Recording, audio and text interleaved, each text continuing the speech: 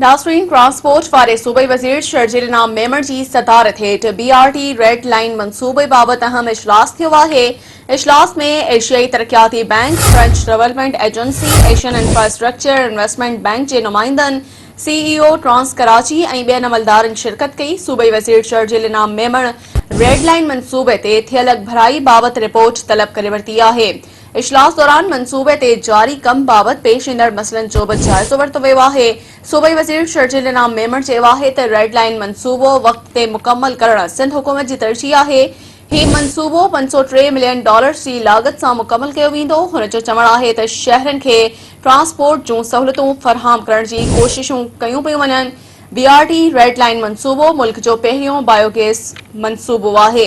शर्जील इनाम मेमण जो चवणु आहे त मंसूबे बाबति का बि कोताही बर्दाश्त न कई वेंदी। BRT रेड लाइन मंसूबो रुगो कराची जो न पर मुल्क जो मॉडल मंसूबो आहे।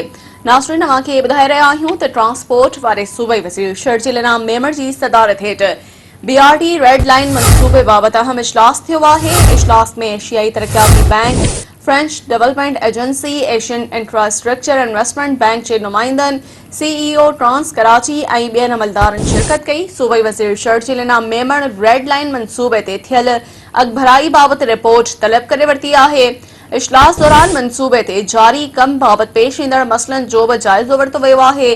सूबाई वज़ीर शर्जील इनाम मेमण चयो आहे त रेड लाइन मंसूबो वक़्त ते मुकमल करणु सिंध हुकूमत जी तरजीह आहे। ही मंसूबो $503 मिलियन जी लागत सां मुकमल कयो वेंदो।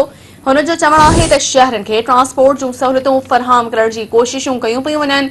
BRT रेड लाइन मंसूबो मुल्क जो पहिरियों बायोगैस मंसूबो आहे। शर्जील इनाम मेमण जो चवणु आहे त मंसूबे बाबति का बि कोताही बर्दाश्त न कई वेंदी। BRT रेड लाइन मंसूबो रुगो कराची जो न पर मुल्क जो मॉडल मंसूबो आहे।